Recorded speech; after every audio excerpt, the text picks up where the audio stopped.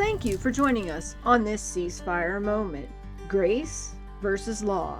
We're continuing to look at the commandments and what ones we're able to keep and what ones we may no longer be able to keep. In this particular one, there's some words that I'm not going to say so that I don't get banned or anything. So you'll have to read them. I'll just skip over them. And I think there may be some on here that some of us might have a problem with. But let's get started. Today's commandments are going to be relative to our community and community responsibility. I don't think I'm going to have any slaves, so I don't think I'll have a problem with this next section. Hebrew slaves must be treated according to the special laws for them. The owner or his son may marry his Hebrew maidservant. If the owner or his son does not marry his Hebrew maidservant, he must allow her father to redeem her. The regulation of the foreign slaves. Here's where I'm going to skip over some words. You'll have to read them for yourself, but I'm just going to fly through some of these.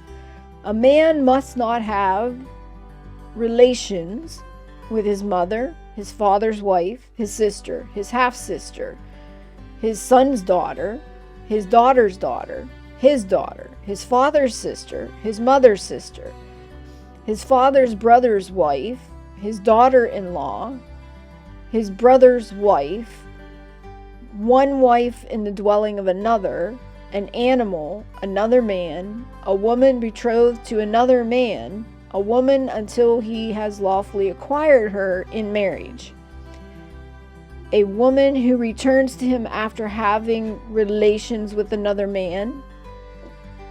A man must not marry a woman and her daughter and her son's daughter and her daughter's daughter. A man must not approach a woman who's on her monthly for relations or in any way to become ritually unclean by her. Do not commit adultery.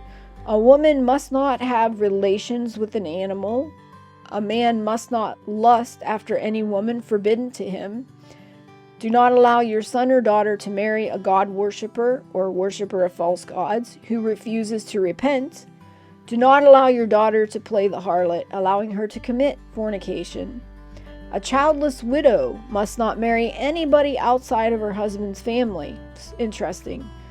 A man must not divorce a woman he married after having raped her, after having slandered her. That would give men a lot of thought, wouldn't it? A man must not allow himself to be castrated, and a man must not divorce a woman unless she committed premarital fornication. Not sure I have problems with keeping too many of these, except for maybe the one that I said here. And I'm not sure about,